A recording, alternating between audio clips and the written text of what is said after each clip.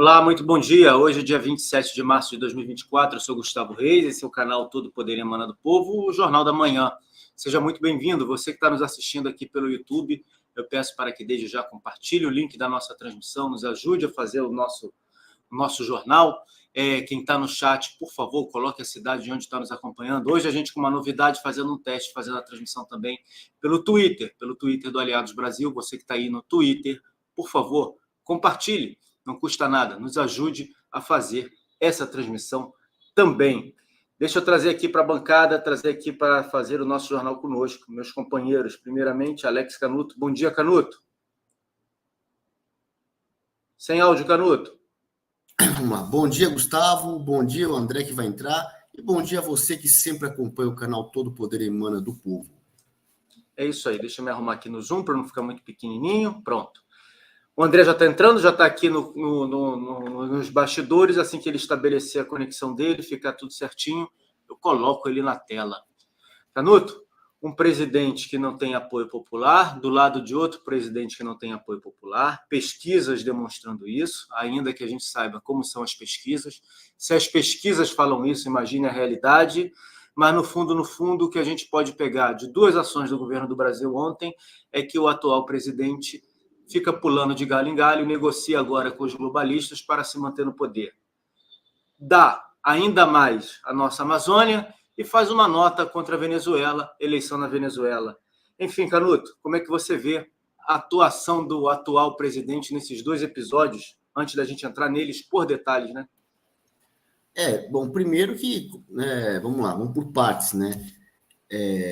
Entregando a Amazônia, eles sempre quiseram fazer isso. Não estão nem aí para o Brasil, eles não estão nem aí, eles não devem lealdade à pátria, não tem patriotismo na esquerda, a lealdade deles é com o partido, né, e as representações, as instituições deles, partido, Foro de São Paulo, são essas instituições que eles acham que vão conduzir a humanidade ao paraíso na Terra.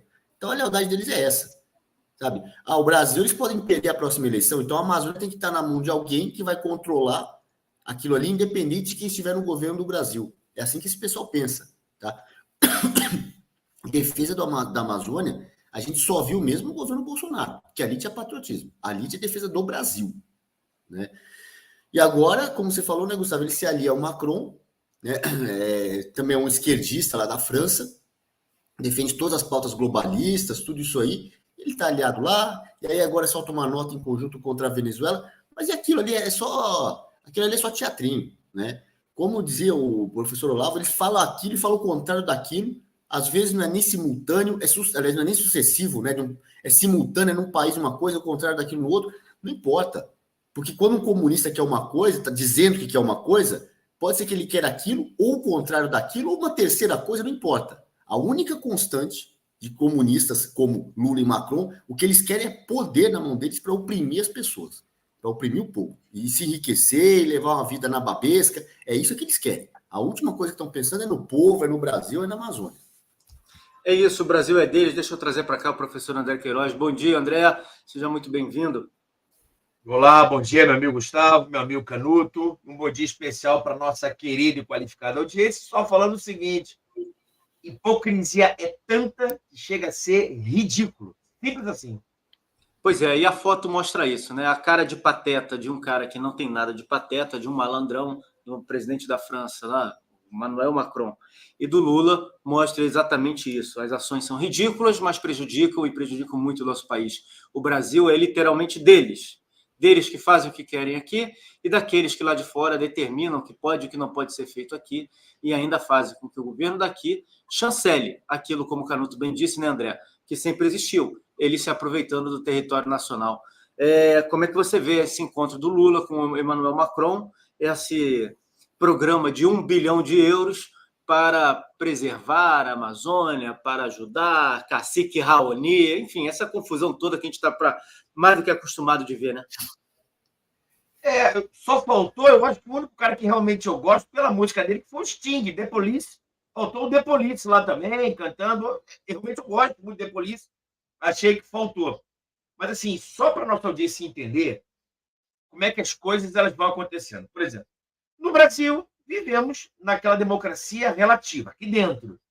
Aí várias pessoas saem do Brasil e começam, né, a falar para o mundo o seguinte: olha só, o Brasil tem algumas coisinhas lá que vocês devem ver, não é isso? Chama a atenção do mundo, não é isso?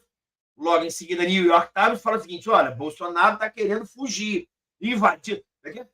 Fugiu do Brasil porque entrou em território húngaro. É uma piada. Isso. Eu posso dizer porque eu vi isso, que me mandaram. Senhora Miriam Leitão, Eliane Cantanhede e uma outra lá que eu esqueci. Leilane Neubert. As três discutindo que Bolsonaro efetivamente saiu do país. É uma piada. Ok? Aí você vê, bom, New York Times também deu o golpe dele lá. Vou dar uma pancada nele, já que para poder mexer no plano mundial. Aí logo em seguida vem o Macron, um cara altamente democrata, preocupadíssimo com a Amazônia, junto com a ministra dos nanomísseis do meio ambiente, Índio Raoni, Guajajara, Lula, tirando foto, diz o seguinte: o mundo agora olhe para cá, para a Amazônia, para as nossas ONGs, para o aquecimento global e mudanças climáticas.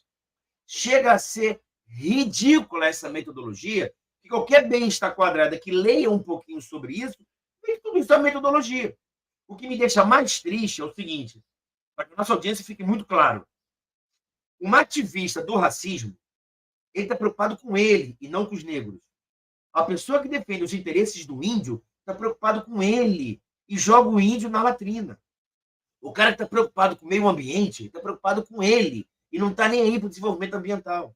O cara que é ativista dos homoafetivos, ele não está nem aí para a sexualidade alheia, ele está preocupado com ele. Esse ativismo é que é terrível. É isso que mata, Gustavo.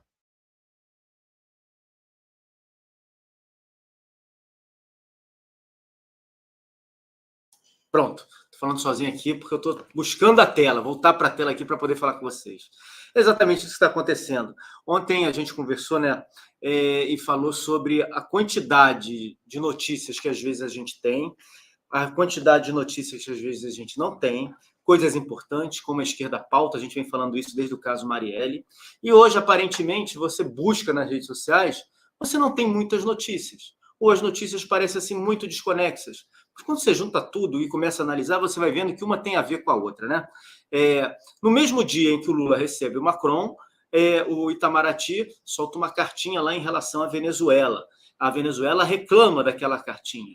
O Lula abraça o Macron, bota o Raoni no meio, fala de prêmio Nobel da Paz, aí diz que muita gente que ganhou o Nobel não merecia ganhar. A gente já vai chegar nisso daí para poder falar sobre isso daí. Mas fato é que 1 bilhão para a economia. Brasil e França lançam um programa de 1 bilhão de euros para a economia na Amazônia.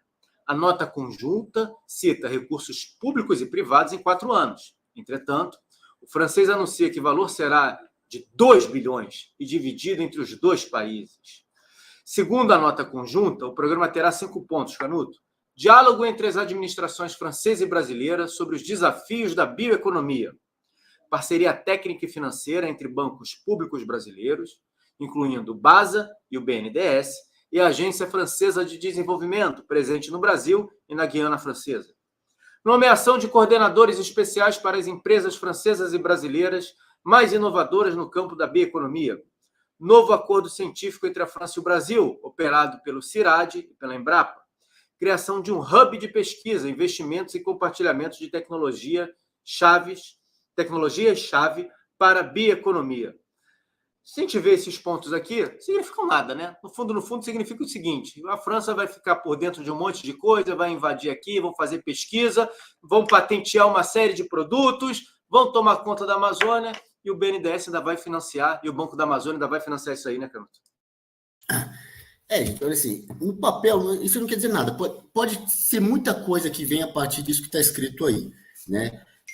O fato é, isso abre caminho, claro, também para a ação das ONGs, né? A princípio é com o governo francês, mas quando fala pesquisa, cooperação e tal, vai as tais ONGs internacionais na Amazônia. De novo, o único que fez alguma coisa contra isso foi o ex-presidente Bolsonaro. Nenhum outro, né? Desde o Sarney para cá, nenhum outro defendeu tanto a Amazônia quanto o governo Bolsonaro. O que esses caras querem lá é óbvio que eles estão de olho na Amazônia. Eles querem tirar as riquezas minerais que estão ali. Não precisa, assim, quebrar a soberania do Brasil, a princípio, né? A não ser que eles achem que não tem outro caminho, né? Eles vão tentar quebrar a soberania do Brasil, mas que o Brasil tem que defender a sua soberania sobre a Amazônia, tá? A Amazônia é do Brasil, o interesse ele é nosso, tá? Tudo tem que se pautar pelo interesse brasileiro ali. Quando você faz esse tipo de acordo, você abre mão de parte da sua soberania para um país estrangeiro. Você fez um acordo, o combinado, aí está combinado no acordo, que tal país tem direito a isso e isso lá na Amazônia, porque está pagando. Fazer pesquisa e tal. A pesquisa tem que ser exclusiva brasileira. Não tem que ter estrangeiro fazendo pesquisa ali. A preservação da Amazônia, o Brasil deve preservar a Amazônia pelo interesse do Brasil, segundo o interesse do Brasil, nos limites do interesse do Brasil, na forma do interesse do Brasil, e não no interesse estrangeiro. O estrangeiro acha que você tem que preservar mais. Paga, custa caro. É o que eu faria se eu estivesse lá no lugar do presidente Bolsonaro. No lugar desse 9 dedos, eu nunca quis estar, não. Fala, custa caro. Você quer que eu preserve mais? Tá bom, paga, custa caro. Não é você vir preservar aqui, não é acordo de cooperação para você, estrangeiro, entrar na Amazônia com as suas ONGs para dizer que está preservando. Você quer que eu preserve mais? Vai ter que contratar mais barco, comprar avião, comprar helicóptero, contratar mais gente, custa tanto. Tá aqui a fatura, você paga, me dá que eu compro os equipamentos, eu contrato os funcionários que vão fazer a fiscalização. Assim que tinha que ser. Você estava começando a se fazer isso na época do Bolsonaro. Agora esculhambou de vez, né? Agora escancarou de vez aí a porta para a França. A França é um país, dos países grandes da Europa, onde está mais difícil da direita tomar, né? A única direita ainda não conseguiu chegar ao governo. Você vê, todos os Estados Unidos chegou com Trump, vai voltar esse ano muito provavelmente. Reino Unido teve o BRICS, Itália, tem a Alemanha também, mas a Alemanha é um outro caso, né? E então sobrou a França aí do Macron, comunistazinho, com o seu amiguinho Lula aí entrando na Amazônia e o Lula escancarando a Amazônia para o estrangeiro. É isso. Eu vou fazer uma enquete aqui. Eu estou lançando uma enquete, já lancei uma enquete para quem está no YouTube para poder responder para a gente, porque a gente hoje, nós estamos no dia 27 de março, ainda falta aí cerca de 1 mês e 5 dias para o dia 1º de maio. E o dia 1º de maio se tornou um dia de manifestação da direita. A direita recuperou essa data para si. Mas até agora ninguém tem falado de manifestações. A gente aqui durante o jornal, durante muito tempo, nós falamos sempre que a manifestação é do povo. Sempre gostam de aparecer alguns líderes, alguns donos de manifestações, de criar confusão, etc. e tal. E nós sempre falamos da pessoa, quando ela quer se manifestar, ela vai lá e se manifesta. 1º de maio é uma data para isso. Então eu pergunto aqui, já botei aí no chat, quem está no YouTube pode responder, e vou botar aqui na tela. Você vai se manifestar no 1º de maio, no local de manifestações, local tradicional de manifestações em sua cidade? Por exemplo, aqui no Rio é Praia de Copacabana, né? Independente de ter carro de som, não ter carro de som, você vai botar sua camisa verde e amarela, você vai lá no dia 1º de maio se unir com amigos, se reunir com amigos, enfim, marcar presença. Em São Paulo, nas cidades menores, quero saber como é que está o apetite do nosso público em relação às manifestações do dia 1º de maio, já que ninguém tem falado de manifestações. E a gente não precisa de uma pauta no dia 1º de maio. Dia 1º de maio é o dia do trabalhador. Basta você se vestir de verde e amarelo e se manifestar. Bom, vamos lá. Ontem a Índia, que não é Índia, a Silvia Guajajara, falou em relação ao Congresso. Relação com o Congresso tende a piorar. Em 2024, disse a Índia Guajajara. A ministra Sônia Guajajara, dos povos indígenas, definiu a relação do órgão com o Congresso como turbulenta. Segundo ela, o clima deve piorar ao longo de 2024 por conta de temas que o Ministério vê como prioritários. Abre aspas. Acho que em relação à pauta indígena, tende a piorar cada vez mais porque são interesses do agronegócio, das mineradoras, desse setor industrial que depende da exploração dos territórios. Eles vão continuar trabalhando para impedir a demarcação de terra indígena, fecha aspas, declarou em entrevista ao jornal O Globo.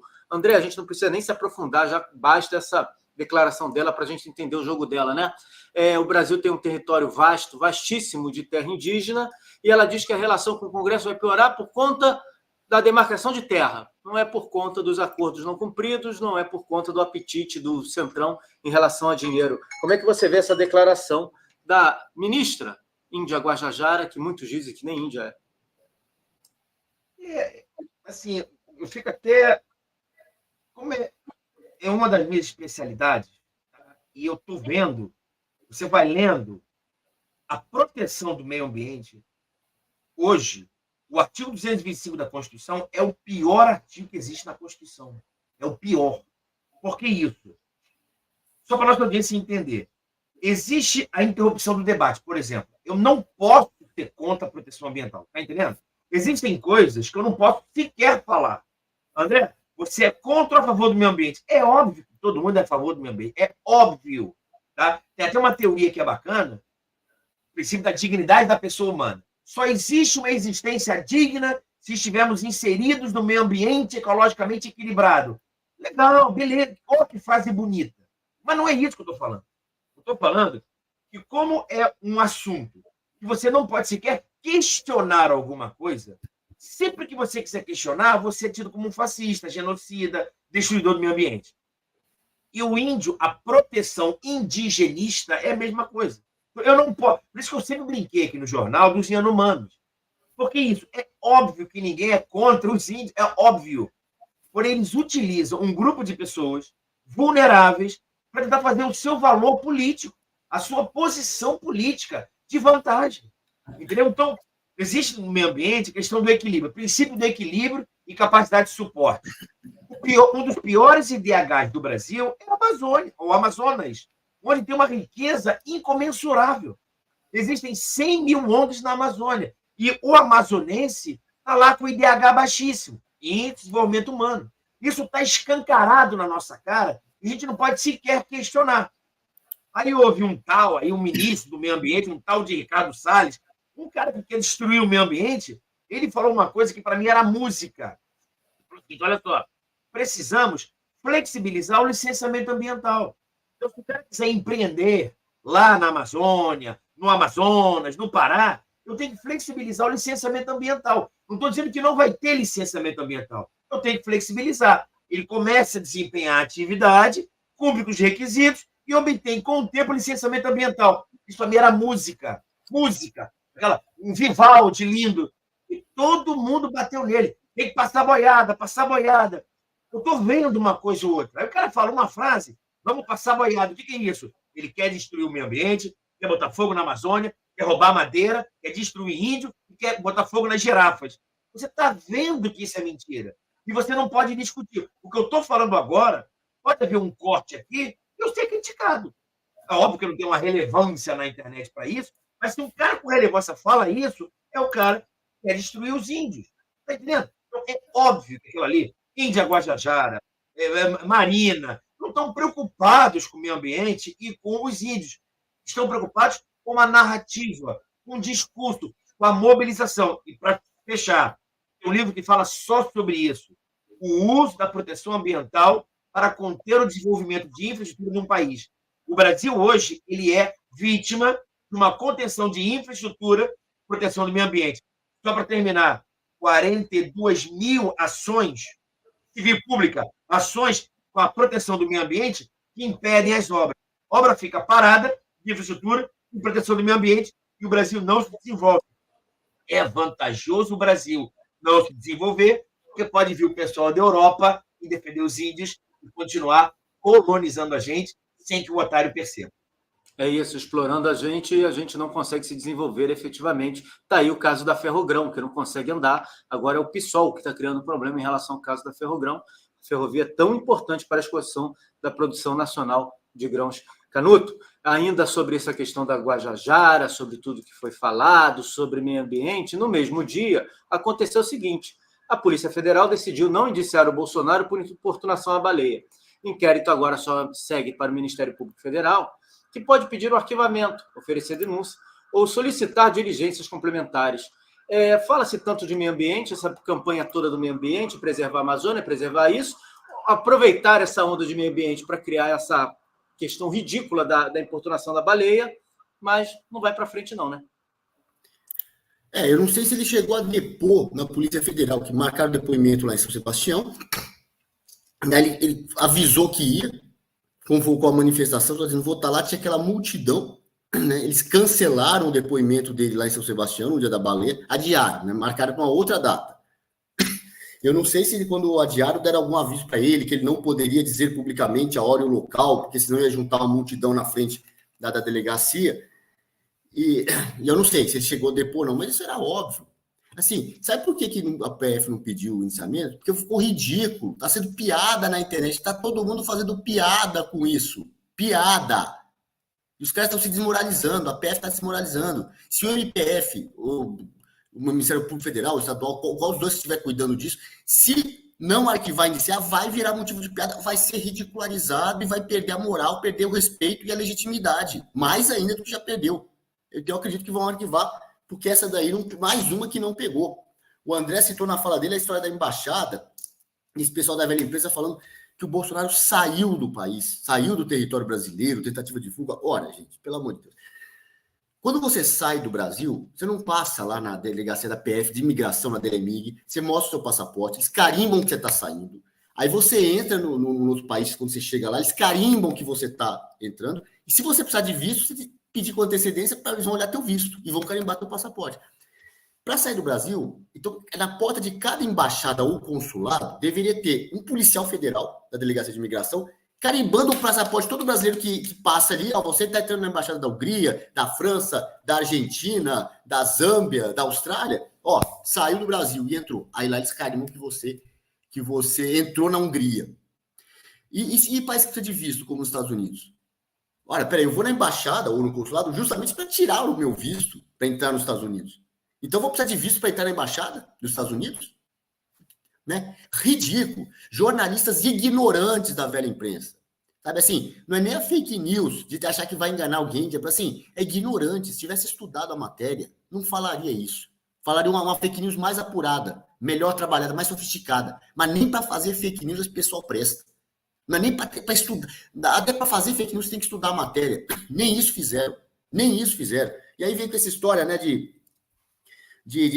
saiu do Brasil. Pelo amor de Deus, que saiu do Brasil. Saiu. E mais, está no artigo 14 da Convenção de Direitos Humanos da ONU, de 1948, que todo cidadão que se sentir perseguido tem o direito de pedir asilo e de gozar do asilo. Se ele foi pedir asilo, também ele está respaldado pela Carta da ONU. Se é que ele foi pedir asilo. Agora o Alexandre de Moraes dá 48 horas para ele para explicar. É brincadeira. Eu fui lá. Foi durante o carnaval, fui passar 2 dias lá, não tem problema nenhum. É isso mesmo que eu fui fazer. Né? E agora você falou, né, Gustavo, qual que é a questão ambiental? Agora levanta a questão ambiental, vem Índia, Guajajara, fazer essa pataquada toda, né, dizer que o governo vai brigar com o Congresso por causa disso. Não. A esquerda não vai brigar. A esquerda só vai subir ali no microfone, falar isso aí, né? Mas ela quer isso, ou o contrário disso, ou uma terceira coisa. Né? Na hora do pega para capar mesmo, que vier o impeachment, PSOL, PT, todo mundo vai apoiar vamos lá, a falcatrua, todo mundo vai apoiar o governo. Isso aí é que está claro. A questão é o centrão, não passa pela esquerda, pela essa briguinha, discussão da esquerda, não passa por aí. Já existe a insatisfação crescente nos corredores do Congresso, tudo isso, precisa do estopim. É um barril de pólvora que a cada dia aumenta de tamanho e vamos ver com quem vai acender esse estopim para estourar o barril. Vai lá, Gustavo. É isso aí. E aí, André, a gente fala muito, a gente vai entrar daqui a pouco na questão racial, né? Na questão do racismo. Você fala muito sobre a questão ambiental, como é que eles usam a questão ambiental para fazer um país travar. E nessa questão do Bolsonaro existe exatamente isso, né? Para a gente mostrar e ilustrar para as pessoas. A portaria 117 do IBAMA, de dezembro de 1996, diz que abre aspas, vedado a embarcações aproximar-se de qualquer espécie de baleia com motor ligado a menos de 100 metros de distância do animal. Foi com base nisso que eles foram atrás do presidente Bolsonaro. Aí a portaria é feita, como essa portaria existem dezenas de portarias, centenas de portarias em relação a uma série de casos, que simplesmente o cara tira a distância da cabeça dele, para a gente não falar outra coisa, né? 100 metros. 101 metros pode, 99 metros não pode. E aí sim, eles vão efetivamente amarrando o desenvolvimento e o progresso de um país. Se a gente pegar esse caso da baleia mesmo, a gente sabe que as baleias saem lá do Polo Sul, vão até a costa da Bahia para reproduzir na época do inverno, etc. e tal. Se você quiser desenvolver um turismo sustentável para visitar, para ver as baleias, para poder as pessoas entenderem como é que funciona o ciclo, tem que ser a 100 metros de distância. Como se a 50 metros estivesse colocando em risco a baleia, né? A 30 metros estivesse colocando em risco a baleia. Mas alguém disse que são 100 metros. E aí vale aquela velha máxima, né? Aos amigos tudo e aos inimigos o rigor da lei. Legislação ambiental hoje no Brasil é justamente isso, né, André? a legislação ambiental é assim, é um manicômio, tá? É manicômio jurídico, uma loucura. Mas só para nossa audiência entender. Vamos entender que é o seguinte, André, é crime traficar drogas? Sim. Então a lei fala que é crime o tráfico de drogas. É o que fala a lei. Aí vem a Anvisa, a Secretaria de Vigilância Sanitária, e fala assim, olha, eu vou dizer para você quais são as drogas proibidas. Então eu tenho uma resolução, uma portaria, alguma coisa que regulamenta a lei. Está entendendo? Então tem a lei, que diz que é crime, e uma portaria, uma resolução, um decreto que regulamenta aquilo para eu saber melhor. Quais são as drogas proibidas, André? Eu vou lá na portaria. Que nem arma também. André, o que é arma de uso permitido, arma de uso proibido? Cara, não sei. Vai no decreto. Foi, inclusive, o decreto que o Bolsonaro fez e tal. Você está entendendo? Mesma coisa com a baleia. É crime, eu não vou lembrar agora, molestar a baleia. Eu não sei se o verbo é molestar, mas é uma lei lá de 80 e pouco. É crime molestar a baleia. Isso está na lei. Aí vem o governo e fala o seguinte: vou fazer uma portaria, um decreto, alguma coisa, para dizer qual a distância que eu estou molestando. Aí olha para cima e fala, cara, tá aí, 100 metros. Como se eu tivesse a 110 não molesto, 90 molesto. E às vezes até o Supremo se mete nessa. Olha, 60 gramas é tráfico, 61 gramas é tráfico, 59 não é tráfico, é usuário. Eu estou te dizendo que isso vira um manicômio. Mas para entender o que aconteceu com isso, Bolsonaro foi notificado para comparecer na delegacia. Chegou na delegacia e ele falou: ô, senhor Bolsonaro, você tinha a intenção de molestar a baleia? Tá ok? Meu amigo, eu estava ali de jet ski. Eu estou andando ali. Eu posso dar de jet ski, o delegado? Acho que sim. Mas o senhor tinha intenção de molestar a baleia? Eu disse, eu não estou nem aí para a baleia. Deixa a baleia quieta lá. Ah, ok. O que o delegado fez? Concluiu as investigações e mandou para o Ministério Público. Sabe o que o delegado falou? Eu não vi o relatório, mas eu vi a notícia. Não indiciou o Bolsonaro. Falou o seguinte, olha, pelo tudo que eu ouvi, que eu vi, toda a investigação da Polícia Federal, não houve crime nenhum, porque ele não tinha a intenção de molestar ninguém. E mandou para o Ministério Público. Está entendendo? Aí o Ministério Público agora vai decidir se ele arquiva, se ele oferece a denúncia pelo crime, que é de reclusão, acho que até 5 anos, tá? É um crime que a pessoa pode ficar presa, reclusão, por meia década. Eu acho que é isso. Se não for 5 anos, me desculpe. Ou baixar para novas diligências. O que é mais bacana, eu digo nojento, é que chegando lá no MP, até lá, Elianes Cantanhedes, Miriam Leitão, sei lá, Andréas Sadis, Otávio Guedes, vou ficar dizendo o seguinte: molestou, não molestou, tá vendo? O que é isso? Além da joia, é baleia, é consulado, é fugir. Fica essa narrativa que, com o tempo, fica nojento. O que eu vejo na imprensa, que é uma imprensa, a grande mídia, o mainstream da verdade, é nojento, ridículo. Canuto, ainda sobre a questão da visita do Macron, tem 3 notícias aqui que a gente precisa falar, né? Acho que vou começar pela mais simples. A mais simples é a seguinte: o Lula ontem chamou o Macron de Sarkozy. Será que ele estava cheio de cana na cabeça para poder mudar o nome? Enfim, disse que tinha que sair, porque o presidente Sarkozy, ele ia para o Rio de Janeiro, aí teve que se corrigir. A segunda é sobre... Cadê? Deixa eu abrir aqui para poder passar para vocês. A segunda é sobre a questão da água. Da água, Canuto. Aliás, eu vou ficar nessas 2 só. Durante a visita de Macron, a coalizão francesa pediu o fim do engarrafamento de água em carta aberta ao Lula. O documento faz parte de mobilização contra empresas engarrafadoras que ocorreu neste final de semana em toda a França. O mundo está maluco, né, o Canuto? E o Lula se agarra ao Macron e os dois ficam fazendo essas pataquadas todas, né? Essa turma da esquerda aí não tem mais o que fazer, né? Primeiro, assim, o Lula chamar o Macron de Sarkozy, o Sarkozy que era chamado de direitista, que não é direita coisa nenhuma, tá? Ele é um liberal, né? Aquele liberal na economia, social-democrata, tudo, e falavam que ele era direita. Não, ele só se opunha à esquerda, ele fazia parte do Teatro das Tesouras, tá? Direita, mesmo lá na França, é a família Le Pen, era o Jean-Marie Le Pen, e agora a filha dele, né? A Le Pen lá. Eles são a direita conservadora que está crescendo na França, mas ainda não chegou ao governo. Então, aí o Lula, eu não sei se ele tinha tomado cachaça, né? Cachaça nessa hora, mas ele vai lá e chama o Macron de Sarkozy. E aí vem essa turma da França, e não tem o que fazer, parece assim, o pessoal, os viúvas da Revolução Francesa, tem que fazer revolução e tal. Vem falar um negócio, não pode engarrafar água. Mas vai tomar água como? Quer dizer, não pode engarrafar água, né? Mas cachaça pode. A cachaça que o Lula deve ter tomado para chamar o Macron de Sarkozy, essa pode engarrafar, né? Ah, isso é o conto que garrafa de plástico? Porra, hoje em dia todo dia tá trocando canudinho, põe de plástico, não acha mais canudinho de plástico, agora é de papel. A coisa mais fácil de solucionar esse problema é arrumar outro material, né? Mas se não tem o que fazer, não pode engarrafar água. Ora, eles que não engarrafem água na França, se eles quiserem morrer de sede na França, que morram. No Brasil nós não vamos morrer. Eles não têm nada que dar pitaco aqui, tem que continuar engarrafando, pode ser de plástico, de qualquer outro material, não importa. Mas vai engarrafar água, porque aqui o clima é quente, faz calor, nós vamos tomar água, sabe? Nós vamos tomar na garrafa, não interessa, né? Não interessa o que nós vamos fazer aqui. E assim, a França dando pitaco, o Macron vem trazer um negócio desse, sabe? E o pessoal do Brasil não rechaça isso, não. É capaz até de aceitar um negócio desse. É proibido de engarrafar água. Agora, cachaça pode engarrafar, né, Gustavo? A gente até brinca, a gente ria quando fala de um assunto desse, mas na verdade isso tudo é pensado por quem quer controle, né?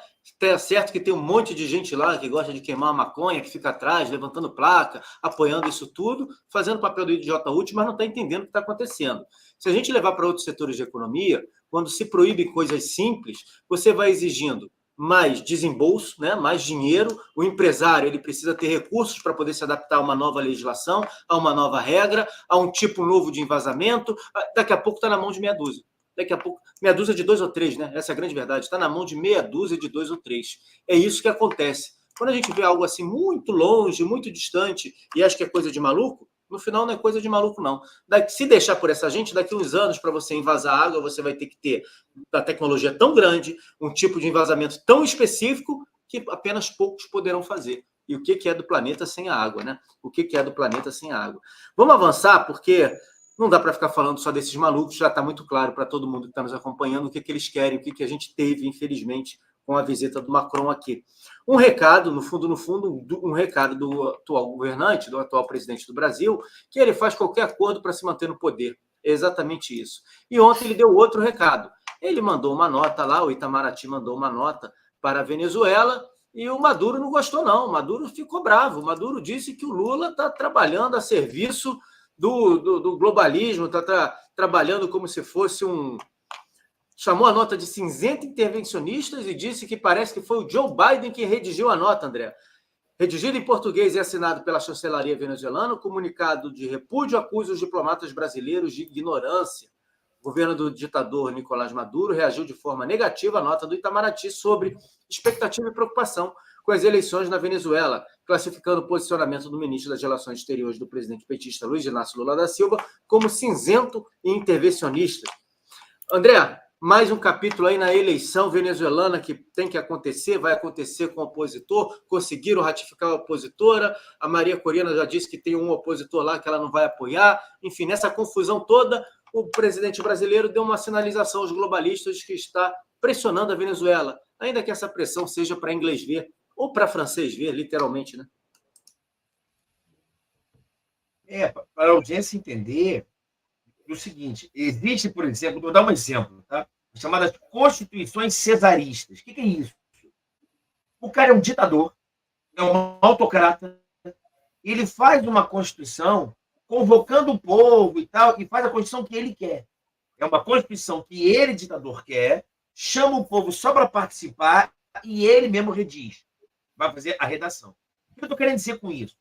O que eu estou querendo dizer é que ter eleições num país não significa dizer necessariamente que temos democracia. Está entendendo? Tem democracia no Iraque. Parece que Saddam Hussein, antes, né, de morrer e tal, tinha 95% dos eleitores votando nele. Um democrata. Saddam Hussein, um democrata, que foi eleito, não é isso? Com 95% dos votos. Todos jogando lá para trás, para a gente não poder falar nada. Tem o Putin, né? O Brasil está tudo certo, está tudo maravilha. Tudo bem. Oi? Tem o Putin também, a votação dele. Tem o Vladimir Putin, a votação dele foi semelhante a isso, né? É só para a gente entender, olha só. Todo o tempo que eu fiquei lá atrás, o Putin agora zerou. Eu posso ser presidente, posso ser reeleito. 6 mais 6, manda. Não, sem contar no presidente da República Democrática da Coreia, que tem 99% dos votos. República Democrática. É claro. É só para a gente entender que o que não falta são exemplos democráticos para dizer o que eu estou falando. Não estou falando do Brasil. Fique muito claro. Brasil não. Brasil está perfeito. Eu estou falando sério. Sério mesmo. Brasil é uma democracia fantástica. Nosso sistema eleitoral é fantástico. Tá? O TSE, o sistema eleitoral é um exemplo para o mundo. Ponto. Estou falando da Venezuela, do Iraque, Coreia do Norte, Rússia, não é isso? Está vendo isso aí? E todos eles têm eleições, todos eles, ou urna eletrônica, ou urna em papel, ou urna, não interessa. O cidadão vai lá, ele vota, e as pessoas são eleitas na democracia. Vocês estão me entendendo? Lá eu posso dizer que a Rússia não é uma democracia plena, é relativa. Coreia do Norte, China, Venezuela, Nicarágua, todos ali são autocracias. E agora, o que me espanta é um presidente, que para mim é imperador, onde ele impera com a mentira, é mentira atrás de mentira. Só posso dizer, mente que nem sente. Não, André, não concordo. Tá bom, em 261 móveis, então. Estou falando, já jogo na tua cara. 261 móveis. E aí, como é que você explica isso? Entendeu? Então, mente. É uma mentira. Mente sem parar. E sempre apoiou a Venezuela. Sempre apoiou. Ele chega a fazer ato falho. Não, o resultado lá na Venezuela vai ser o que o Maduro quiser. Aí desconversa. Qualquer pessoa que não seja hipócrita, que tenha bom senso, que seja minimamente democrata, não consegue respeitar a opinião de um imperador que só pensa em mentira e só pode apoiar ditaduras. Isso é quase que inconteste. Quase que em contexto. Canuto, como é que você vê essa nota aí da questão da Venezuela? Lembrando que nós temos agora refugiados políticos argentinos na Embaixada da Argentina, dentro de Caracas, e a Venezuela cortou a luz da Embaixada. A Argentina confirmou que a Venezuela cortou a luz da Embaixada.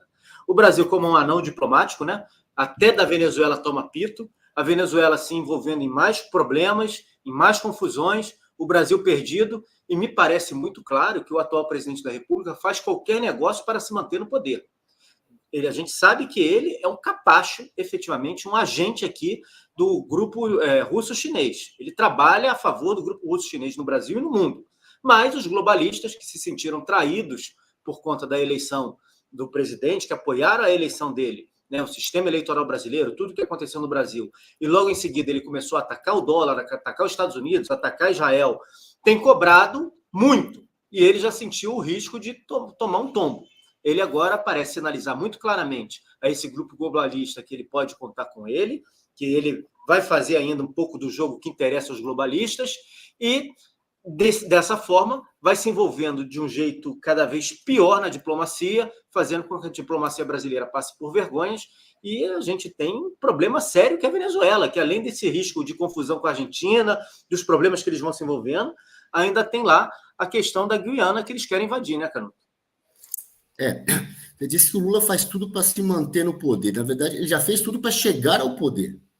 Faz tudo agora para se manter e vai fazer. Esse pessoal não tem escrúpulo, esse pessoal não tem limites, são capazes de tudo. Tudo mesmo. Coisas inimagináveis. Né? E aí você falou também que... você falou do Lula aí, que ele joga aqui e ali, né, com os globalistas, faz o que precisar. De novo, o professor Lava, ele falava isso sempre, o Lula é o cara que conseguiu a proeza de, na mesma semana, ser homenageado no Fórum Social Mundial em Porto Alegre por ser um socialista, né? E no ser um socialista estatizante, tudo isso, e no Fórum de Davos, né? Por ser um capitalista. Em Porto Alegre, por ser anticapitalista, teoricamente, né? Porque o socialismo não é tão anticapitalista assim, e na mesma semana, lá em Davos, por ser um liberal na economia. Então, assim, os caras dão uma cravo na ferradura, falam o que precisar ser falado, mudam o discurso toda hora, fazem tudo, né? Você falou para chegar ao poder. Aí você vê essa nota aí do Itamaraty, que o Itamaraty soltou agora, que lançou na Venezuela. Na verdade, o Itamaraty se sentiu pressionado, ia ficar muito feio se não fizesse essa nota.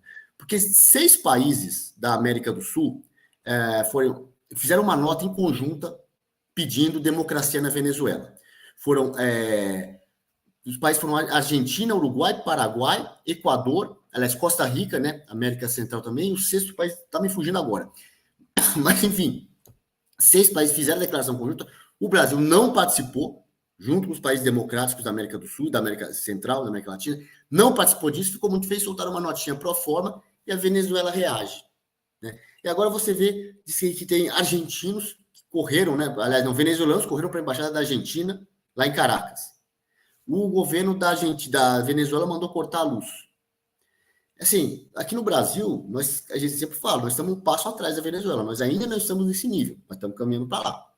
A questão é se, na verdade, o governo brasileiro só ficou sabendo oficialmente que o Bolsonaro foi para a embaixada da Hungria dias depois.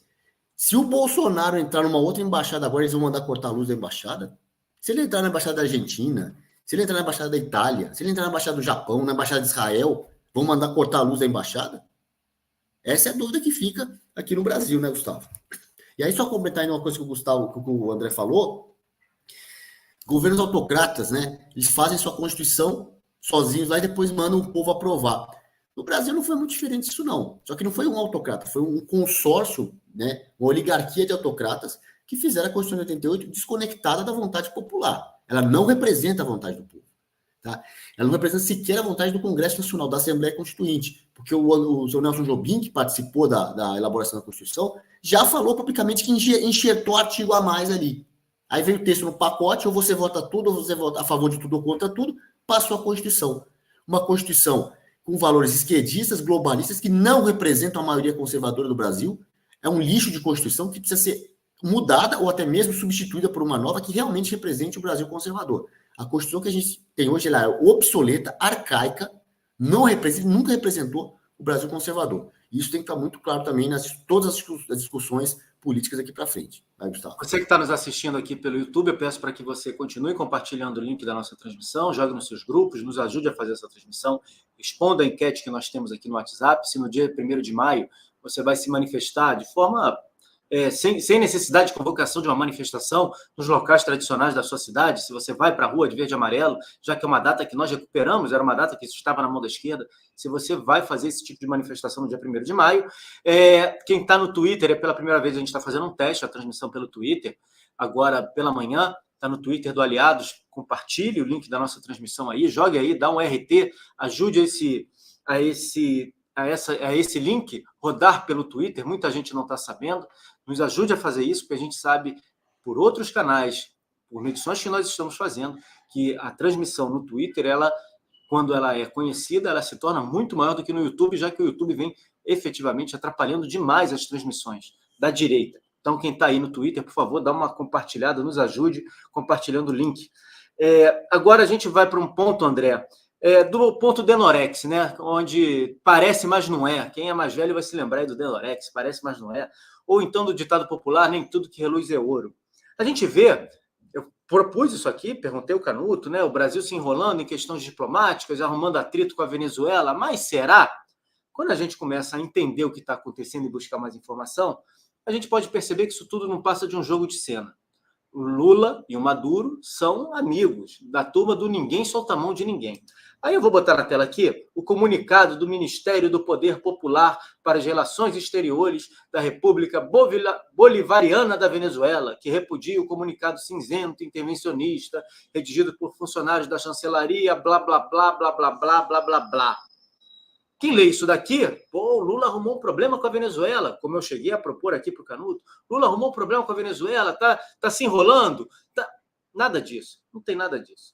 Vamos lá, tá aqui, ó. Vou ler para vocês, para ficar bem fácil e bem claro para vocês. Mais uma vez, todo dia tem isso. Estadão critica o governo Lula por reação tímida diante do crescente autoritarismo de Maduro. Editorial aponta o silêncio de Brasília diante da perseguição brutal à oposição política, a demolição do Estado de Direito venezuelano e a imprensa livre. Em editorial publicado hoje, quarta-feira, dia 27, o Estadão criticou o governo brasileiro pela reação considerada tardia e tímida diante o autoritarismo crescente do ditador Nicolás Maduro. No entanto, o texto afirma não ser surpreendente que só agora a chancelaria do petista tenha manifestado alguma preocupação com a destruição da democracia venezuelana, assim como não surpreende que o regime ditatorial de Maduro tenha impedido o registro da candidatura da professora e filósofa Corina Iores, principal chapa de oposição de Maduro no pleito presidencial, marcado para o dia 28 de julho, data do aniversário de Hugo Chávez. Também não surpreende, né, que tardiamente o Estadão comece a fazer editorial todos os dias, né, André? Fato é que a candidata escolhida pela oposição não vai. A substituta escolhida pela oposição não vai. Vai alguém que o Maduro escolheu, que o regime escolheu. E a nota que o governo venezuelano está reclamando não fala nada. Contigo, André. Não sei se a audiência pode lembrar disso, aquele bad cop, good cop. O policial bom, o policial ruim. Entendeu? Então tem um policial horrível, é isso, que vai achar, e um policial bonzinho, que é aquele cara que chega para a vítima e tira alguma informação da vítima, entendeu? Parou na blitz. Vê o policial mau, vou te prender. Sabe que tá ilegal, fala o policial bonzinho, pô, me dá uma informação aqui e tal. É isso. Entendeu? Então, quer dizer, é óbvio que você tem. Então, você olhar o Foro de São Paulo. Para que serve o Foro de São Paulo? O que muitos falaram que nunca existiu. Foro de São Paulo. Hoje ele fala abertamente. Fizemos o Foro de São Paulo. O que é isso? Foro de São Paulo, audiência. É para que eu tenha uma América Latina comunista, ou socialista, ou então, se eu for mais tímido, um social-democracia. A social-democracia. Socialismo na América do Sul. Simples assim. Qual é a dificuldade de entender? Então, eu preciso ter aliados. Por isso que Milei é uma desgraça para esse país, para essa ideia. Tá vendo? Você pega El Salvador, ele que seja pequenininho, ele mostra para a sociedade o que é um governo. Ele só mostra. Mas El Salvador é pequeno. Eu sei, mas está mostrando o que tem que fazer com a criminalidade. E, novamente, torno a repetir, encarceramento em massa, enrijecimento de lei, não é a solução, mas é a primeira medida que tem que ser tomada. É a primeira. André, isso resolve? Não, mas é a primeira, simples assim. Então, André, como é que você muda a sociedade? Primeiro de tudo, duas coisas. Não mexa com a família e não mexa com a criança. Ponto. É difícil entender? Não, mas olha só, cala a boca. Acabou a discussão. Família e criança e adolescente não se mexe. É o início da partida. Religiosidade, liberdade. É o início da partida. Então, você vê, democracia. A democracia na Venezuela é impossível a gente debater com alguém. Porque se eu encontrar com bolos da vida e começar a debater sobre a democracia na Venezuela, quem se degrada sou eu. Eu não discuto com bolos sobre democracia na Venezuela. Ponto. Não é e ponto. É aquilo que às vezes eu falo, André, a pessoa tem direito de ter uma arma dentro de casa, eu não debato. Tem e ponto final. E acabou a discussão. Acabou. Não, mas não é o seguinte, calha a boca, não há discussão. Na rua, vou discutir. Tá entendendo? É simples assim. Então, é democracia na Venezuela? Não. Ponto. Quem defende a Venezuela é uma autocrata? É. Então, tem tendências para a autocracia. Só não gera uma autocracia no Brasil porque as instituições não permitem. E, novamente, para concluir, sabe qual é a única diferença entre Brasil e Venezuela? Tá? É que, no Brasil, eu tenho agronegócio, minério e petróleo. 90% do nosso PIB é petróleo, minério e agronegócio. Os outros 10%, 100 milhões de brasileiros trabalhando. E o brasileiro trabalha, tem outras alternativas. O Brasil não viu a Venezuela pelo seu tamanho, pelas forças das instituições, pela democracia que nós temos, mesmo com esse império da mentira, querendo silenciar todo mundo, querendo fazer o que está fazendo. Não vai prosperar. Canuto, vamos entrar no assunto que também é preciso ser sempre colocado aqui na pauta, que é a questão do judiciário no Brasil, né? Vamos lá. Tem aqui, ó, STF normaliza recados via imprensa. Ministros teriam usado veículos de comunicação para emitir opiniões e revelar seus votos, afirma o jornal Gazeta do Povo. A gente não precisa nem ler a matéria, porque a gente sabe que isso vem acontecendo. Basta ver tantas as colocações, muitas vezes equivocadas, das jornalistas que falam assim, eu acabei de receber uma mensagem de um ministro, isso já aconteceu, como até algumas cavadas, algumas barrigadas. Isso já ficou claro. E a imprensa é usada para mandar recados há muito tempo. Há muito tempo. Talvez quem tenha tornado isso público assim de forma mais escancarada tenha sido o Roberto Jefferson naquela live que ele fez com o jornalista Oswaldo Eustáquio, quando ele dizia que tinha sido dado a ordem pelo Fernando Henrique Cardoso, numa reportagem do Estadão, numa entrevista do Estadão, para começar o impeachment do presidente Bolsonaro. Essa entrevista foi um marco na internet, uma audiência gigantesca, porque o próprio presidente Bolsonaro divulgou essa live naquele dia, né? Divulgou e mostrou que estava acompanhando essa live naquele dia. Então a gente sabe que esse é um meio, é um modus operandi. Então, o Gazeta do Povo fala isso. Hoje a gente tem a notícia de que o ministro Alexandre de Moraes validou mais 21 acordos da PGR com acusados do 8 de janeiro.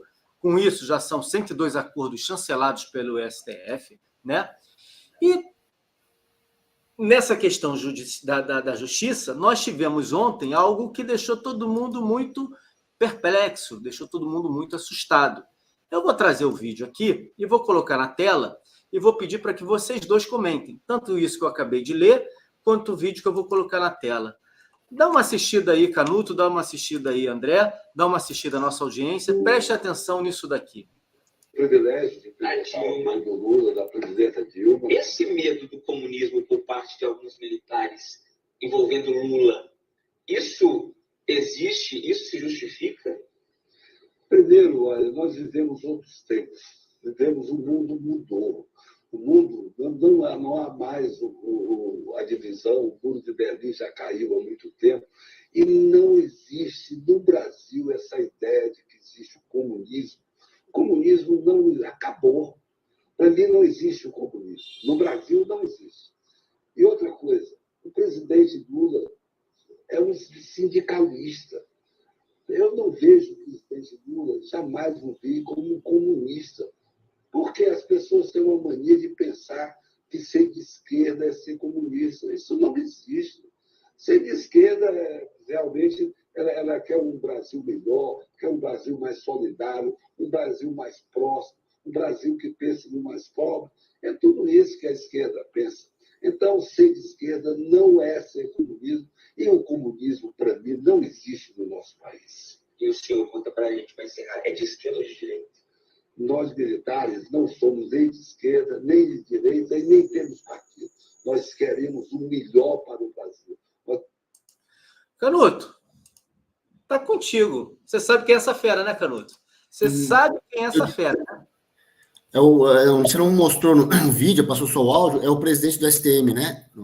Presidente do STM. Não mostrei o vídeo pelo seguinte, o vídeo é da TV Bandeirantes. Apesar dele estar no Twitter, todo mundo usando, aqui dentro do YouTube a gente não pode mostrar, porque simplesmente sai do ar.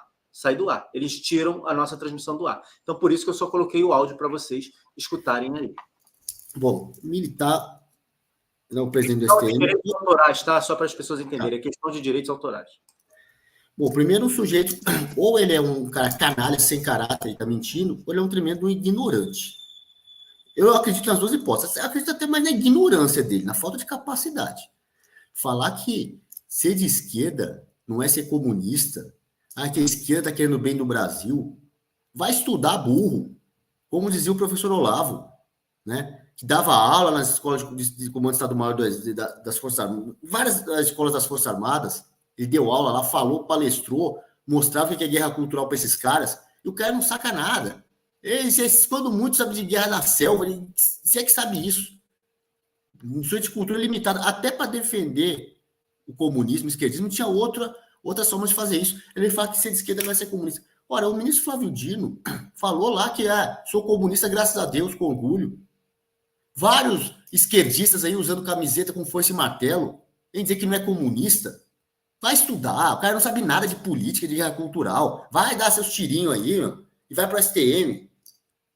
O Superior Tribunal Militar, no mínimo de direito militar, deveria entender, pelo jeito, nem disso entende. Nem disso entende. Você falou também, Gustavo, dos ministros mandando recados, ministro do STF, mandando recados pela imprensa. Olha, a gente já não é de hoje que, não vou dizer todos, mas a parte dos ministros do STF não se comportam como ministros, não seguem sequer a liturgia de um cargo de juiz, de magistrado. Se comportam como advogados e defendem causas. Vão no Congresso da UNE falar que derrotou o bolsonarismo.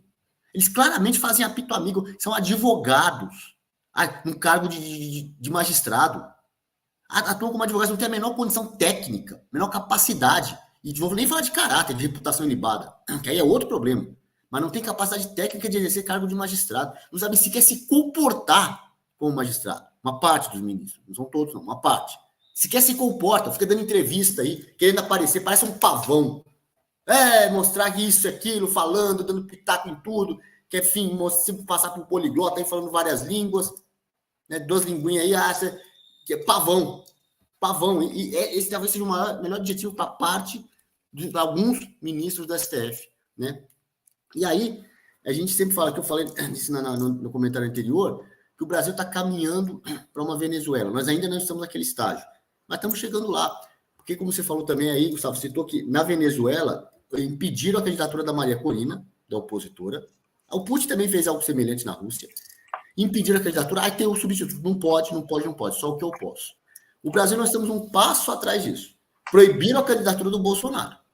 Ele está inelegível. Já está proibido. Aí ele vai indicar alguém. Se isso não mudar até 2026, ele vai indicar alguém e todo mundo que votou no Bolsonaro vai votar na pessoa que ele indicar. Aí ele vai indicar, sei lá, a Michele. A Michele não pode. Vai indicar o Tarcísio não pode. Quem que vai poder? Um Ricardo Nunes da vida. Ricardo Nunes é o atual prefeito de São Paulo, né, que está tendo todo esse problema. A direita inteira que é o Ricardo Salles. Não, o Ricardo Salles não pode. Tem que ser o Ricardo Nunes. O atual prefeito lá do Centrão, PMDB, ligado ao calcinha apertada. Esse cara pode, né? E possivelmente em 2026 vai ser assim. Não pode esse, não pode aquele, vai sobrar um cara do Centrão. Aí esse é a oposição. Isso aí toda a velha imprensa vai chamar esse cara de direita. Assim como eles vão chamar o Ricardo Nunes de direita. Direita porcaria nenhuma, nunca foi direita, nem o Ricardo Nunes. E se a gente chegar no nível Venezuela em 2026, o que não, infelizmente, pode ser que aconteça, aí vai ter que ter um cara do Centrão lá, que todo mundo vai falar, esse é a direita. Você quer o PT, a reeleição do Lula, ou esse outro aqui? Isso não é democracia, isso não é uma eleição sem legitimidade, sem representatividade, e tem que ser tratada como uma eleição sem legitimidade, assim como a eleição da Venezuela não tem legitimidade, o governo não é legítimo, não fala em nome do povo, é um governo que oprime o povo à força, assim como o Hamas oprime o povo da faixa de Gaza, não foi eleito, não representa o povo da faixa de Gaza, não fala em nome do povo da faixa de Gaza, e o da Venezuela também não. É um governo que precisa ser derrubado quanto antes. André, são assuntos que precisariam até de mais tempo para debate, todos esses três. Eu juntei os três, porque é um caso muito sério, homologar esses acordos, né? As pessoas estão assumindo que elas cometeram uma tentativa de golpe de Estado. Como essas pessoas, elas estão assumindo. A questão de como a imprensa tem se comportado e como os ministros do Supremo Tribunal Federal, a mais alta corte, têm se comportado, mandando recado pela imprensa, mas não tem como não deixar de dar destaque ao presidente do Superior Tribunal Militar. Essa figura se chama Francisco José Parente Camelo, tenente brigadeiro da Força Aérea Brasileira. Ele é o presidente do Superior Tribunal Militar. Ele já deu declaração dizendo que golpistas devem ser condenados. Ele já deu declaração dizendo que sabe dos sonhos do Lula para um Brasil mais justo. E dá essa declaração que mostra, além do desconhecimento, que, acredite, há desconhecimento dessa gente, sim, do que acontece, em cima da sua arrogância, do seu posto, afinal, ele está no topo da cadeia, ele se sente a coisa mais importante do mundo. Há desconhecimento e há, obviamente, a prepotência, a arrogância, como eu falei, e há também o interesse político. Quando o repórter pergunta a ele qual é o seu partido, de que partido você é, de que lado você é, ele demonstra, não, eu não sou nada, eu luto pelo melhor do Brasil, balela, não luta pelo melhor do Brasil, nada, luta pela esquerda. Tá aqui, eu vou botar na tela para vocês verem, tá aqui, ó, Band de Jornalismo, a gente não pode soltar. Aqui é o vídeo da negona do Bolsonaro, mas se a gente rodar no Twitter, esse vídeo está aí com todo mundo falando. Agora, teoricamente, ele teria razão quando ele fala que a esquerda não é comunismo, né? É verdade, a esquerda é fascismo, a esquerda é nazismo, tudo isso são ideologias de esquerda. Inclusive, o positivismo, tão presente nas Forças Armadas, é uma ideologia que, se a gente não considera ela de esquerda, ela está sentando no colo da esquerda. Ela é um passinho para chegar ao esquerdismo.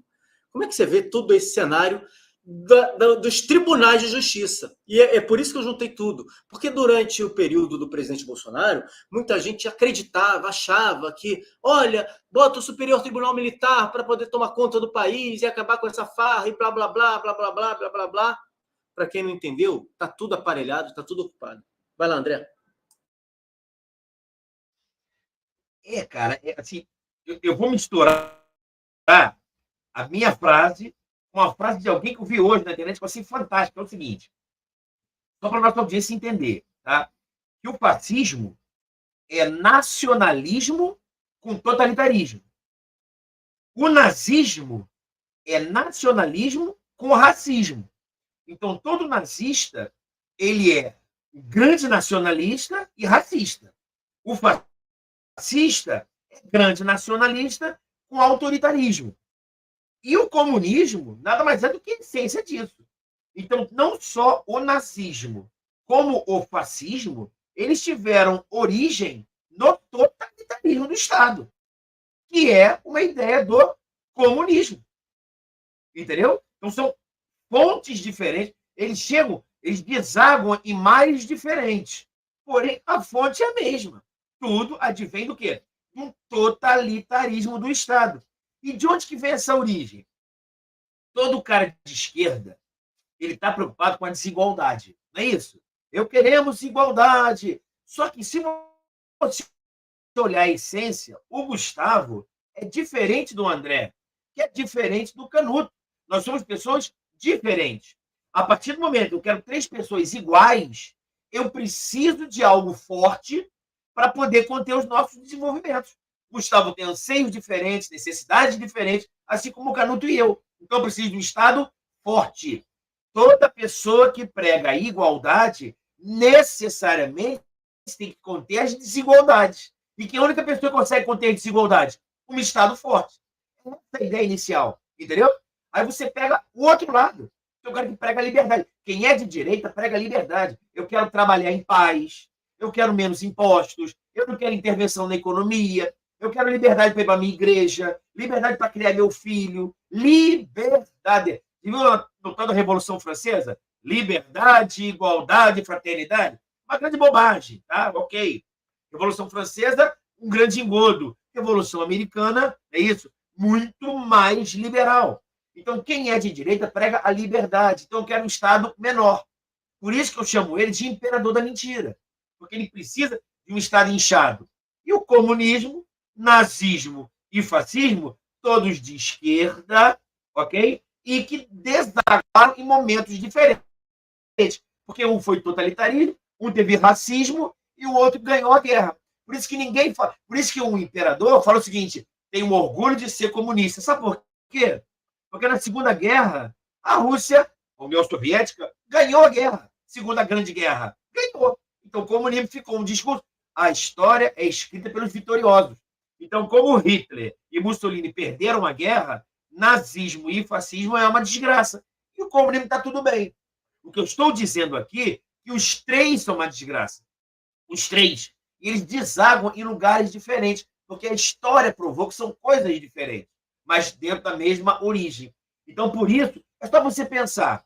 Esse imperador agora, ele é contra ou a favor de você ter a liberdade de ter uma arma, de você criar seu filho, de você não ser racista, de você poder trabalhar, ainda que todo mundo mande você ficar em casa.